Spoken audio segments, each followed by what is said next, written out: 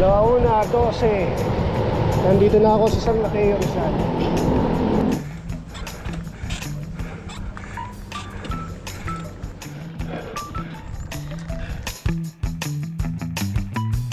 Sunday morning ride na naman at late na naman akong nagising.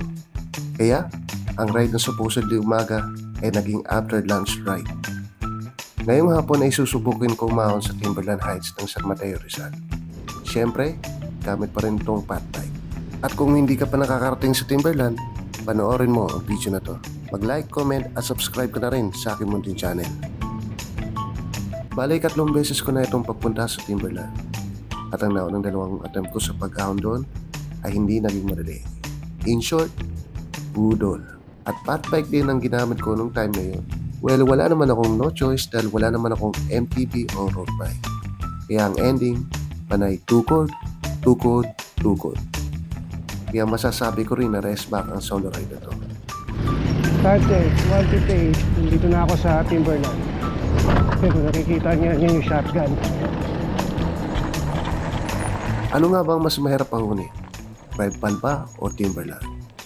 Malalaman natin yan pagkatapos ng ride na to. Kaya tapusin mo ang video ito hanggang sa dulo ng walang hanggan.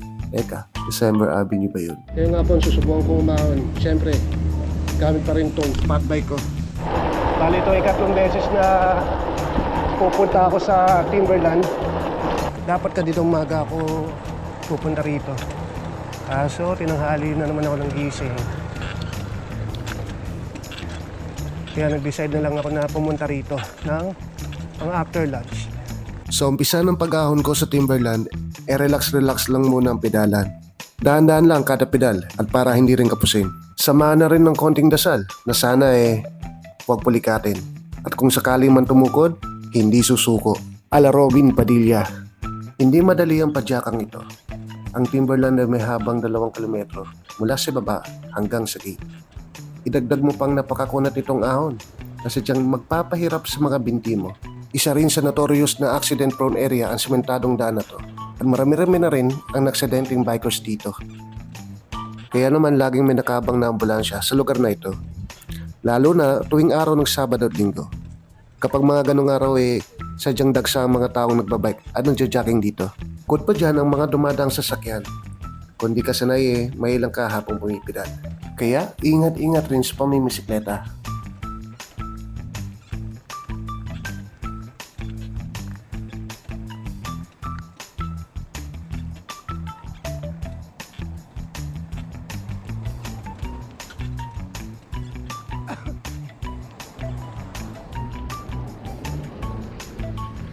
Nandito na tayo sa unang lusong. Nandito na tayo sa unang ahon. Di pa masyado makunat.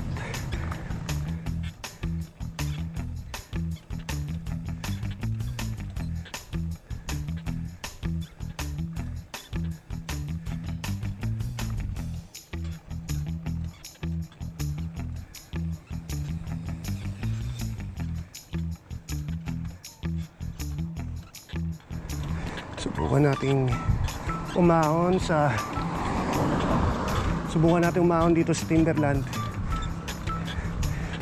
Kung kaya ko bang umahon nang walang tukuran. At pa-attack na itong gamit ko.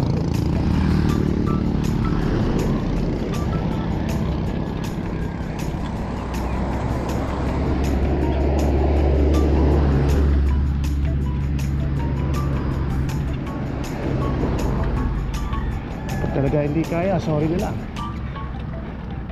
Better luck next time.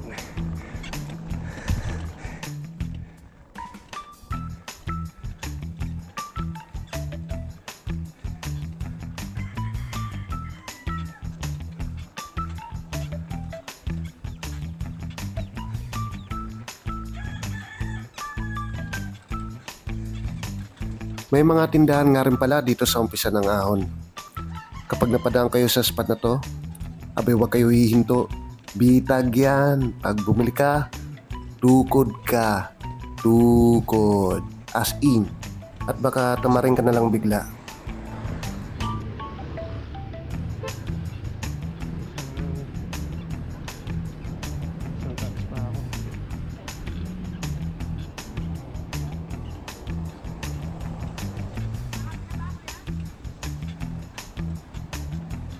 Sa part ng ahon na to ay ayos pa rin ang aking padyakan. So far so good, ika nga. Bagamat ahon ay hindi naman makunat ang pedalan. Kaya pinagpatuloy ko lang ang arangkada. Dito tayo sa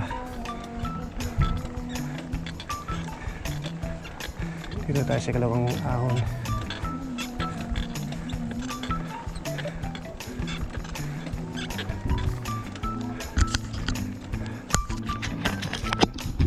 Dito tayo ngayon sa ikalawang ahon.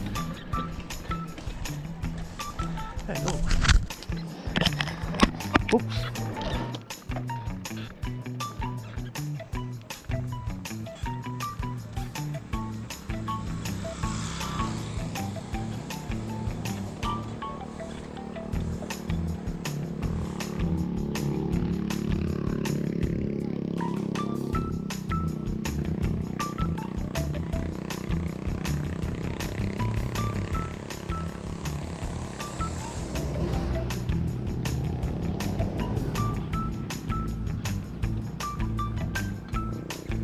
Kumukunat na. Naramdaman ko na dahan-dahan nang bumibigat ang pedalan sa bahaging ito. Kaya pinakaramdaman ko ang aking binti. Baka pulikatin ako. Pero all goods naman. Tuloy-tuloy pa rin ako.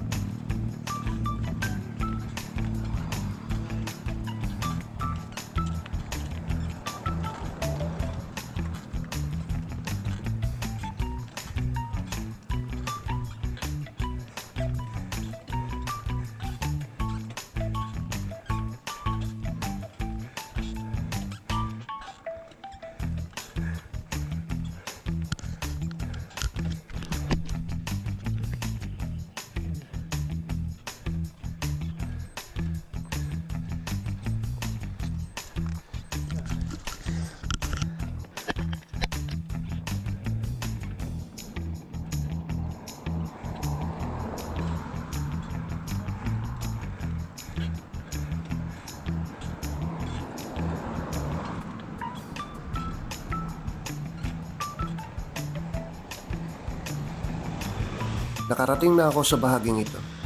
At tanaw ko na naman ang matineng siko sa harapan ko. Sa part na yan, kadalasan na-aksidente ang bikers kapag lumulusong. Sa kadahilan ng nawawala ng preno, yung iba naman ay napasarap sa lusong at nag-overshoot. Kaya mas mainam na i-check mo muna ang preno at baba ng seat post ng iyong bike bago lumusong o maglakad ka na lang pa ibaba.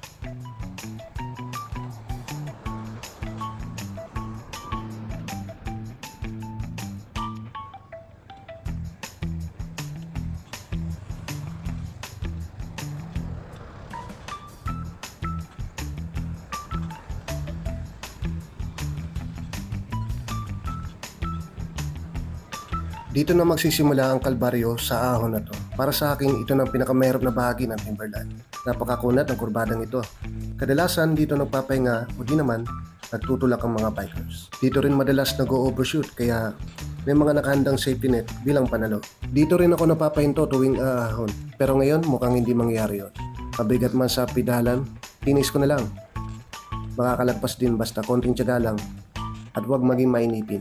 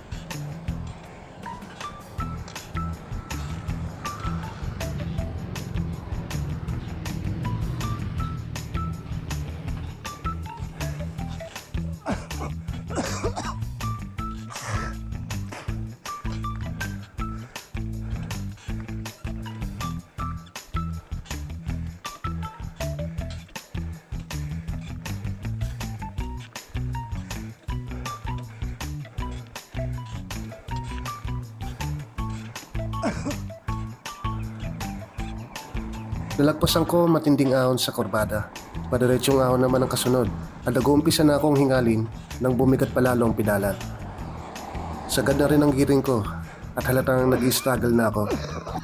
Kitang-kita naman malikod na ang bike ko. Real talk, struggle is real talaga. Ahong mas masakit pa sa breakup. Nilalaliman ko ang aking paghinga para hindi ako mabusan ng hangin at pinipilit ko rin na i-relax ang aking katawan. Malayo-layo na rin ang pinadyak ko at hindi pa rin sumasayad ang pako sa lupa. Nakatulong din siguro ang Laguna Loop, caving loop at ang ilang beses na ride ko sa Red Pad bago ang solo ride na ito.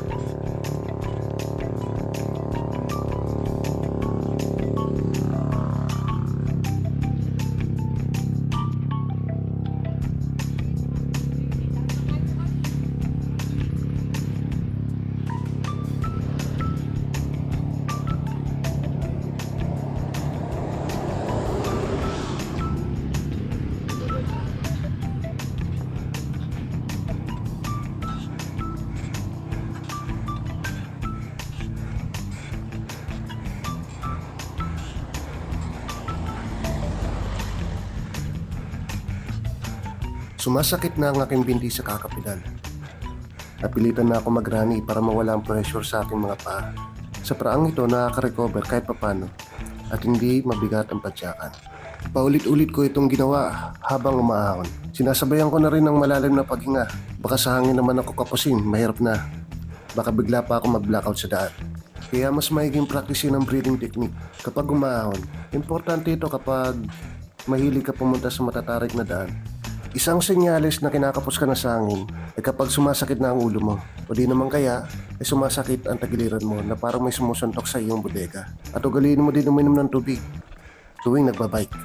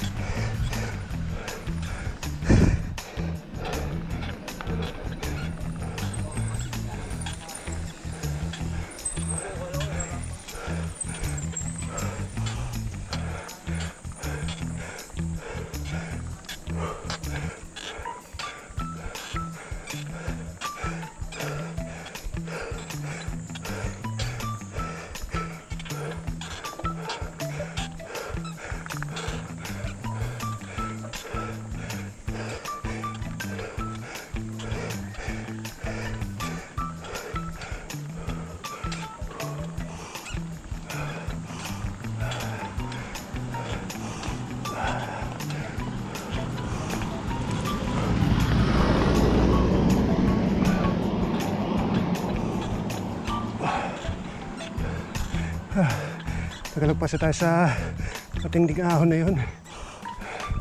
Medyo okay, medyo recovery dito. Yung malalim. Relax.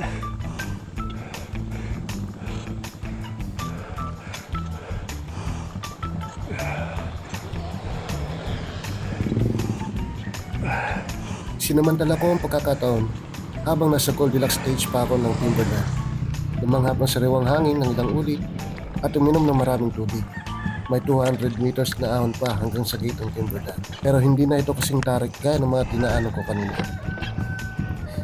Biruin mo, 200 meters na lang at makakarating na ako sa gate. Nagawa akong tumagal sa padyakan.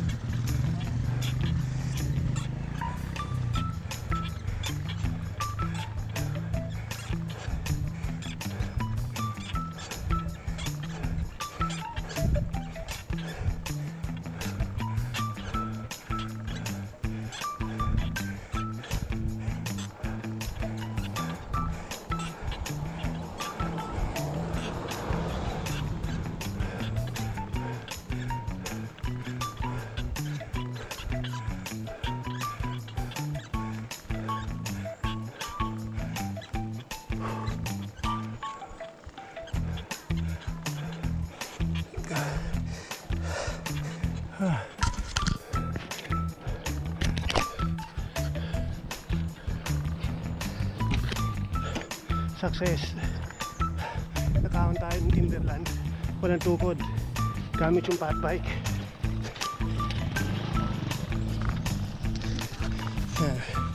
Timberlands.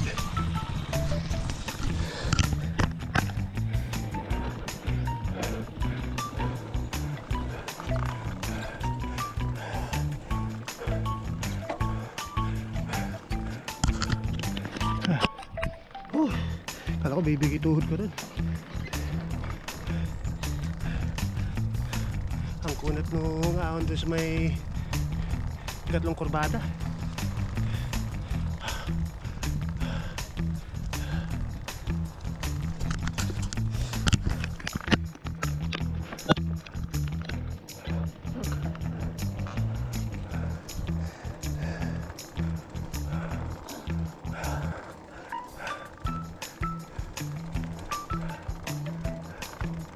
Tayo.